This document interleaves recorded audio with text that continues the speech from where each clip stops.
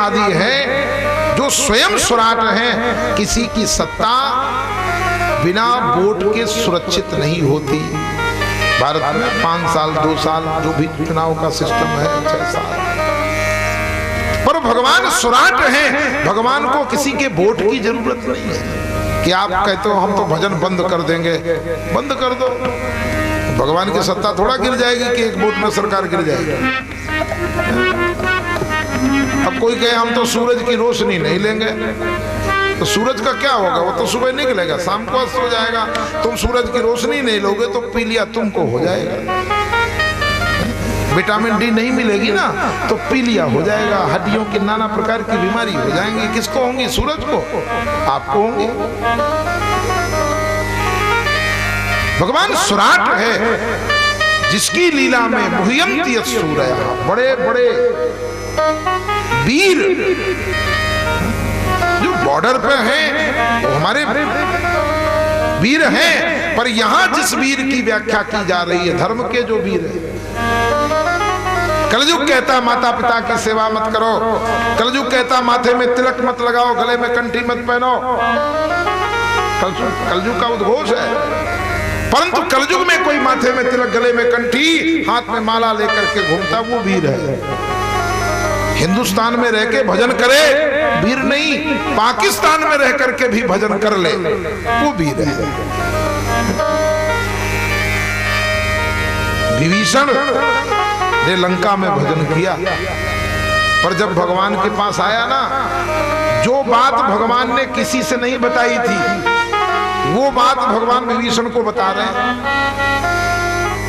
भगवान के आने का प्रयोजन, जो रियल प्रयोजन था वो नहीं बताया भगवान ने। किसी ने कहा रावण को मारने के लिए, देवताओं का संकट दूर करने के लिए, भूमि का भार उतारने के लिए, कई बहाने थे। पर जब विभीषण सामने आया और विभीषण का भजन इतना बलवान था कि भगवान नहीं छुपा पाया। विभीषण से कहते तुम सारिखे अरे संत प्रिय मोरे, धर्म देह नहीं आनंद हो।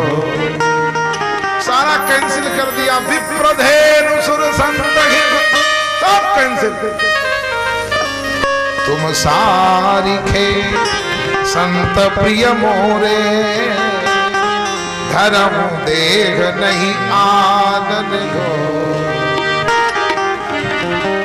यहां किसी से नहीं बताया, विभीषण से बताया। इसका मतलब विभीषण लंका में रह के भजन करता है, प्रतिकूल परिस्थिति में रह करके भी हनुमान चालीसा का जो पाठ करता है वो वीर है। शुक्ल यजुर्वेद में आया सदा विष्णु पदम पश्यत यद सूर्या, जो भगवान के चरणार बिंदों का ध्यान नहीं, दर्शन करते हैं नित्य, सदा विष्णु पदम पश्यत, वो जो वीर हैं वो भी मोहित हो जाते हैं। ये न माया वसवर्त विश्वमखिलम ब्रह्मादि देवासुरा, क्योंकि उसकी जो सृष्टि का त्रिगुणात्मक सृष्टि का क्रम है, तेजो बारी मदाम यथा विनमयो, तेजो बारी, तेज में जल का आभास।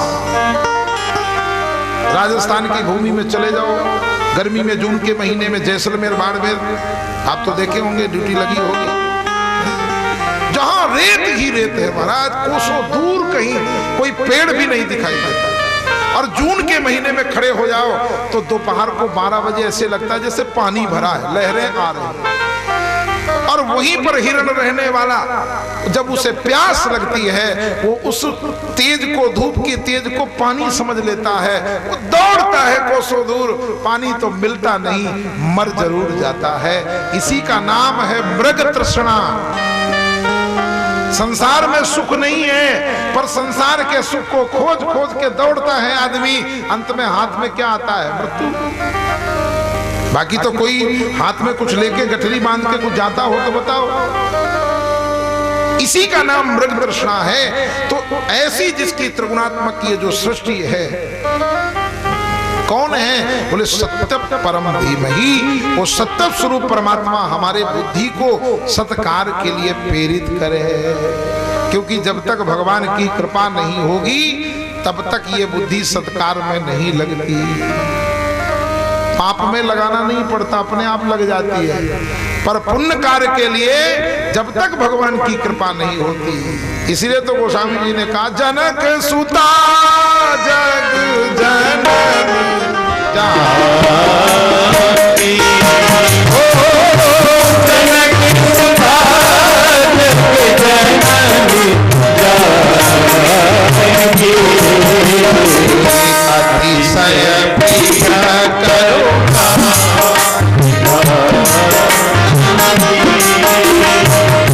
अतिशय प्रिय करुणा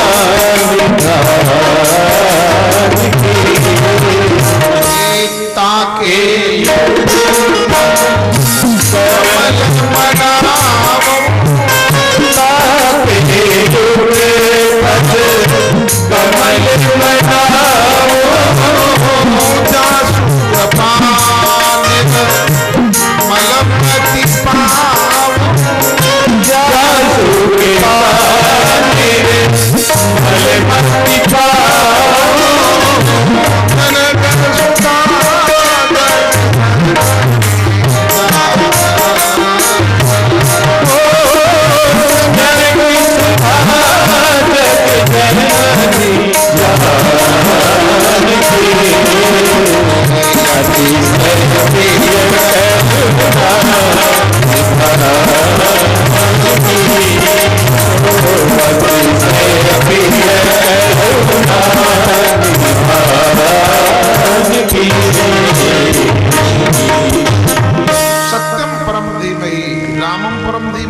कृष्णम परम धीमहि नहीं, क्यों झगड़ा हो जाता?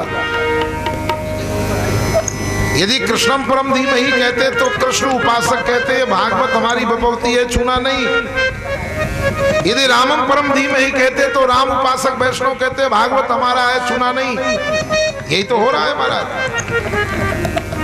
इसलिए सत्यम परम धीमहि कहकर संबोधित किया, क्योंकि सत्य सभी को प्यारा है, सत्य सबका है।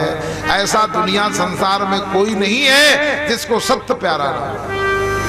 महान व्यभिचारी, दुराचारी, अत्याचारी वो भी सामने वाले को कहता सत्य बोलना, उसके सामने भी कोई झूठ बोलता है तो उसे भी अच्छा नहीं लगता, पर उसके सामने कोई सत्य बोलता उसे भी अच्छा लगता है। जैसे सत्य सबके लिए प्यारा है, सबके लिए है, ऐसे ही श्रीमद् भागवत सबके लिए है।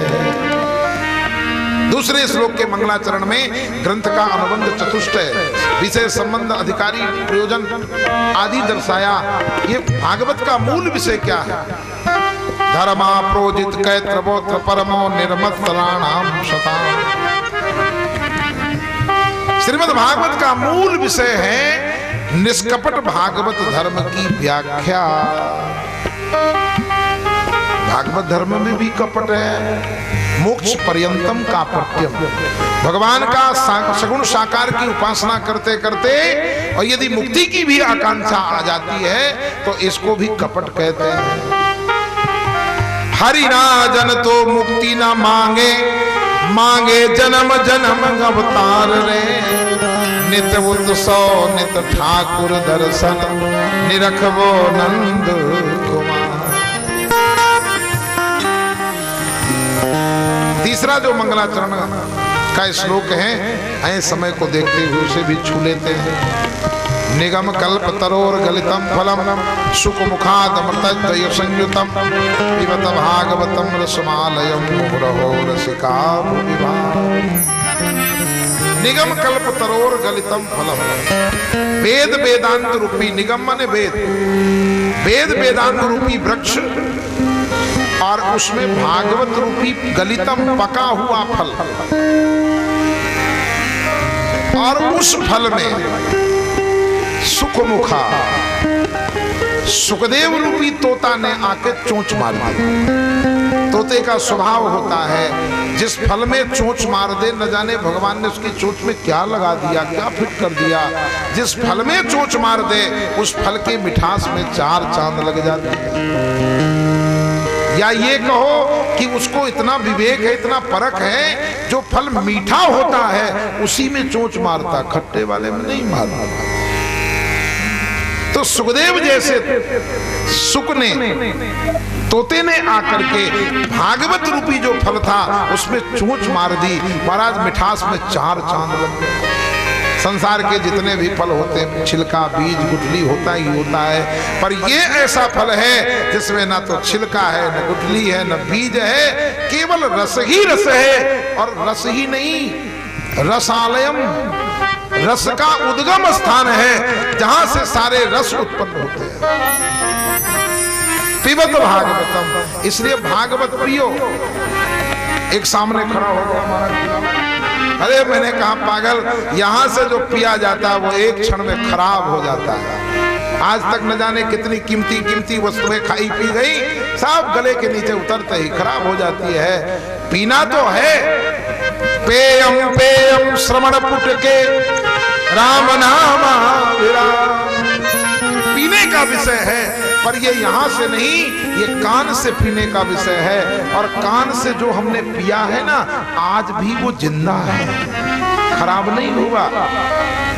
वो कबूतर वाला कान से तो पिया था, आज भी अक्षर का बोध हुआ उससे, आज भी याद है। 2 दूनी 4 ये सुना था, पढ़ पाई नहीं रहे थे। पहाड़ा जब प्राइमरी में जोर जोर से पढ़ाया जा रहा था, वो प्रार्थना याद करो, आपने किताब में थोड़ा याद करी थी या मैंने याद करी थी, वो तो सुनी थी जोर जोर के साथ में। प्राइमरी में चिल्ला रहे थे, अब भी चिल्लाने लगे, क्योंकि इससे पिया तो आज भी जिंदा है। वह शक्ति हमें दो दयानिधे करता मार्ग पे, चिल्लाने लगे।